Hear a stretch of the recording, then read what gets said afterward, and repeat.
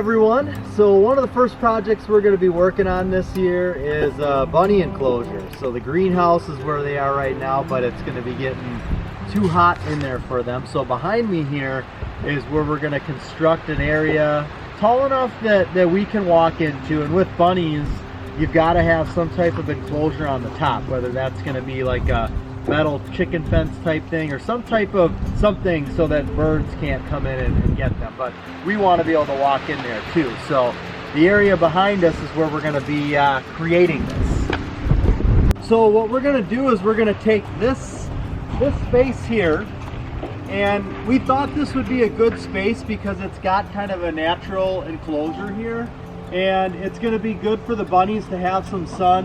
The sun is to the south of us for most of the summer, so they can get some shade here. And I'll actually build a little bit of a roof structure somewhere too, and then they'll also have their coop that's in the greenhouse now to give them some protection. But this is going to kind of be their area here, and then it is going to connect to the science shed here, which is going to double as part of the bunny hutch. So if weather's really bad or something like that, they can actually go inside for the night. And what we'll do is we'll have a door here, so there'll be a door to get in here, and then there'll also be a door kind of at the far end. But all in all, it looks like the area is going to end up being about 20 by 10, so it'll be a really good space for them.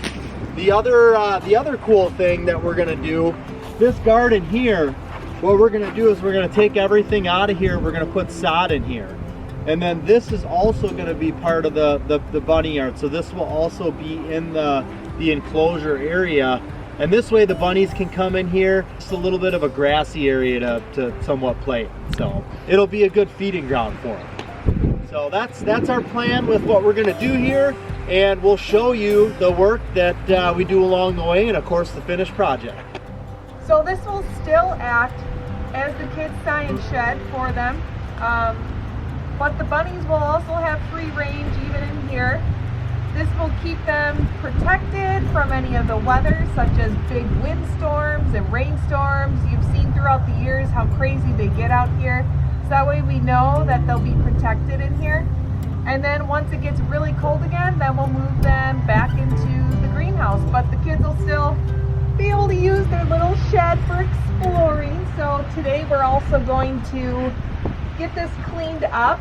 I still have a few Halloween things in here, so we're gonna kind of just go ahead and vacuum it up, bring all of the spring stuff back out, liven it up with some fun spring colors and flowers, and let the kids just have fun and be kids. Yeah, we still got the spider webs. We have to add some of our spring posters in here, the life cycles of the butterflies and moths and the plant cycles. We got to change out the towel curtains to the fun spring colorful ones. Just liven it up. We can't put real plants in here just yet because it still does get cool at night. Mom. Yeah? I know, I feel so bad I forgot about that little guy in here, but yeah, we'll get it cleaned up and then we'll have fun in here again. Sounds good. Yeah. Today we're also going to be clipping some cuttings off of our hybrid willow trees. We're going to kind of control them so they don't overtake the arborvitaes there. We're only using the hybrid willows to give us more of that privacy fence, since they grow so quickly and rapidly, way faster than arborvitaes, but we also do not want them to take them over.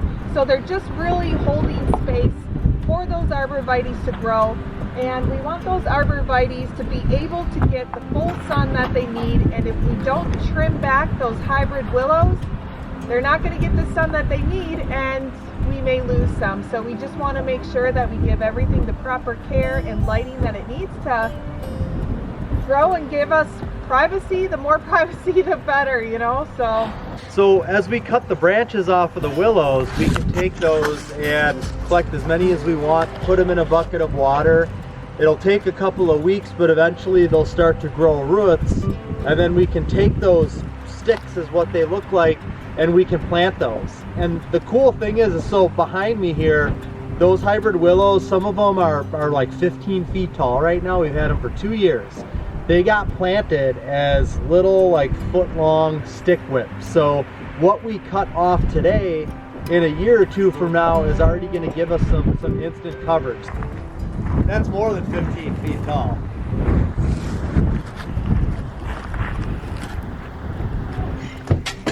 I'm trying to stick this to the wall, but it won't stick.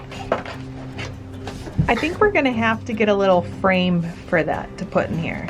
Yeah, and it has tape on the back. But it's Yeah, it'd be better to probably laminate it and then put it up so that way it's protected, right? And I'm just trying to clean it in here. Aww. Do you need new crayons or are they still good? They're still good.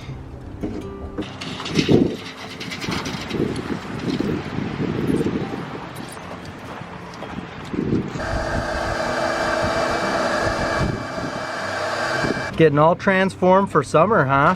Yeah. Well, kind of. Yeah, we got it cleaned and now the girls are just having fun decorating it. Yep, we're getting the butterfly cycles back up here and kind of putting away the more moody, dramatic, full-time feel. Even though I'm still going to keep that one up. I want to get it laminated. I caught a butterfly. My mom has a laminator. You caught a butterfly? Where? I let it go, dude. Hey, dude. You look so cozy in here, Selah. You look so cute and springy. I love it. Got the little gnomes over there. Lana, you did a good job. She's over back there. We'll have to get some new little towel curtains. It looks so cute. We'll hang some herb bundles here. Do you know what the crayons are? I forgot what the crayons are. The crayons are right there. There's your little crayons. Oh, wait.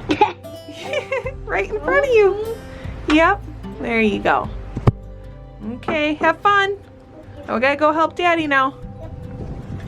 All right, so we're clipping the willow branches here. These are actually bigger than what was shipped to us originally. So some of these are kind of like, you know, little mini trees already that these are growing out towards the bottom, and we don't want them to, we want to kind of prune them somewhat so we can reuse what we're clipping off of here and then plant these as trees once they root.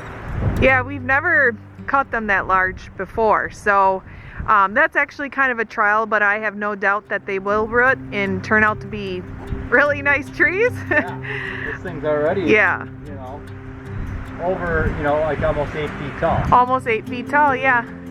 Because you're what, 5'2", Jason? How dare you? I'm 6 foot. He's 6'7". Yeah. Guys always add that 7-inch mark. Like you'll never see him in real life, Yeah, you know? Right. So this right here, so this is, you know, probably about 16 inches. This is what we got in originally, which is what gave us our trees here. In 2 years, they went from this to, some of them are almost 20 feet tall now.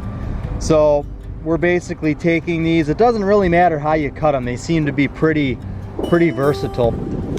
There we go. And you could cut on an angle, but you don't even need to with these. They just get roots naturally. Yeah. And they get roots all the way up the stem, so not just coming off of the bottom where you cut. You're gonna need the big guy, I think. Yeah. So for bigger branches,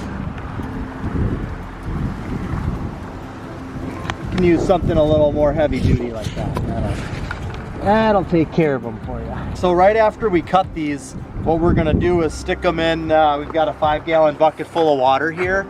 And these will of course drink a lot of water, so you pretty much just leave and make sure this bucket is filled with water until you can take something out and see that it's starting to root and grow the little stringy things that are roots, and then you know. Stringy things. That's they right. get stringy things, Yeah. guys.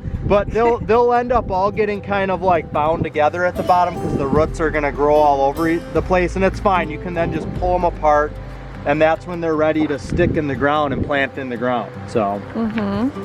Yeah, it's pretty easy, pretty simple, you guys. Anyone can do it. I found a centipede. Well, yeah, that's what hides under there. Okay, please put it back up. Are you trying to catch bugs? Where is it? Did it go underneath? Yeah, it went over there. Down there. So Lana's trying to catch bugs, and they have these cool bug catchers. Lana, you want to show? Catch them off. You want to show everyone that bug catcher? Okay, so it's a magnifying glass and a catcher.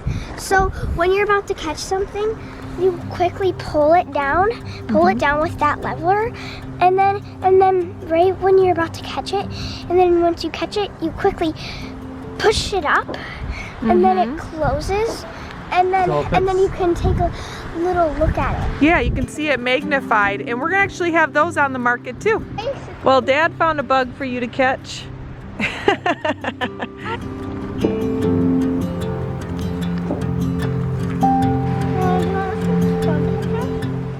Just don't get too thin. What? Don't get too thin in there, because I don't want to see through them. No, I mean, so the other thing about doing this is I'm just cutting everything from like here down. So that way it's not coming out too far over here and blocking from the shrubs, and then we want to give light to the arborvitae. So basically just like from here down to kind of clean them up. Yeah. All this stuff here. I would keep the stuff on the front of the trees though, to keep foliage on that side. Just the back side. Yeah.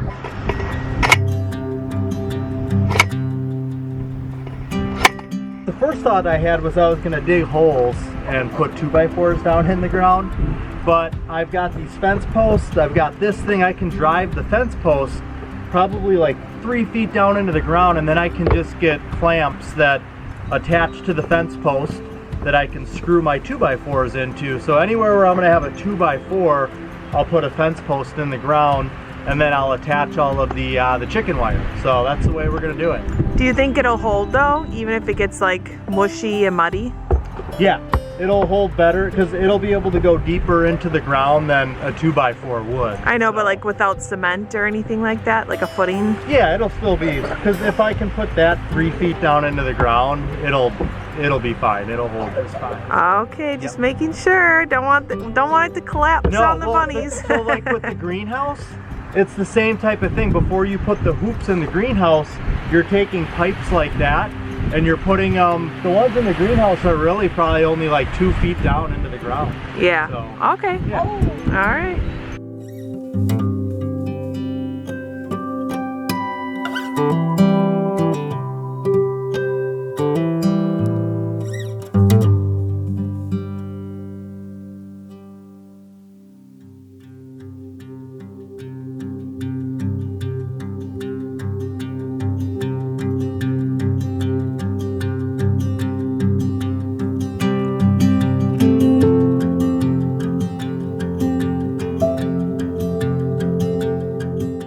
So the kids and I are cleaning up the gravel today.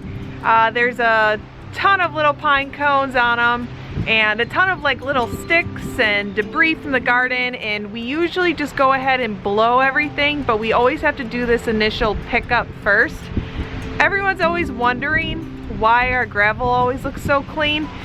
It just doesn't stay clean. Like, it's not like we have this magic trick. Like, yeah, Lana said it. Lana goes, we have to keep it clean. Yeah, we have to keep it clean. There is no secret magic trick to it other than do it. Just clean it. Yep, pick it up, right? Just like in the house, right, Lana? For some reason, we only pick up out here, but yet we barely pick up in the house. Yep, that would be nice if you picked up in the house too, huh? We already got this area here clean, so you can see like a difference from this space to this space here we didn't do yet. So you can just see it's looking a lot cleaner.